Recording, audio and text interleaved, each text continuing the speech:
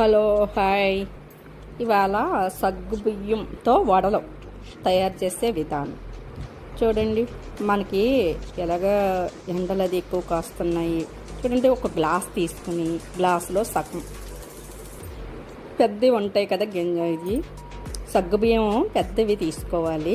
ఒక బౌల్లో వేసేసుకొని చక్కగాని చూడండి, ఈ గ్లాస్తో మనం పెరుగు చిలకరించుకొని గ్లాసు వేసుకోవాలి. కొంచెం వెళ్తుగా గ్లాసులు మనకి సగ్గుబియ్యం ములిగే అంత దాకా వేసుకోవాలి, కనిపించకూడదు. అలా వేసుకుంటే మనకి 2 గంటలు నానబెట్టుకుని అప్పుడు మనకు సరిపోద్ది అనమాట. అట్లకి చూడండి, ఇలా వేసేసుకుని గెలకెట్టుకుని చక్కగా పెరుగుని దీంట్లో వేసేసుకొని ఒక 2 గంటలు ఉంచేసుకోవాలి.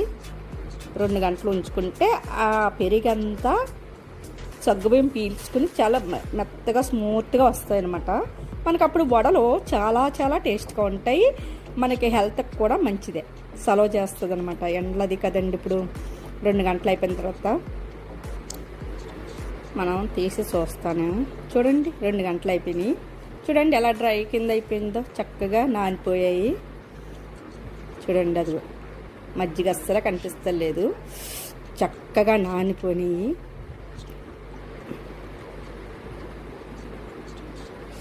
చాలా టేస్ట్గా ఉంటాయండి.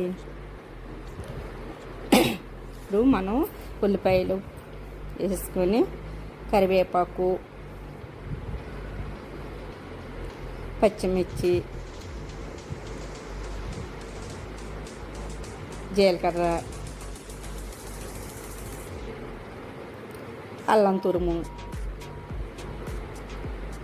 ఉంటే కొత్తిమీర కూడా వేసుకోవచ్చు. సాల్ట్ వేసేసుకొని మనం చక్కగా సాల్ట్ కూడా వేసుకొని మనం బాగా కలుపుకున్న తర్వాత 2 స్పూన్లు అండి, పెద్ద స్పూన్తో 2 స్పూన్లు మైదా వేసుకోవాలి. గోధుమ పిండి వేసుకోవచ్చు, మైదా వేసుకోవచ్చు, ఎవరిష్టం వాళ్ళది.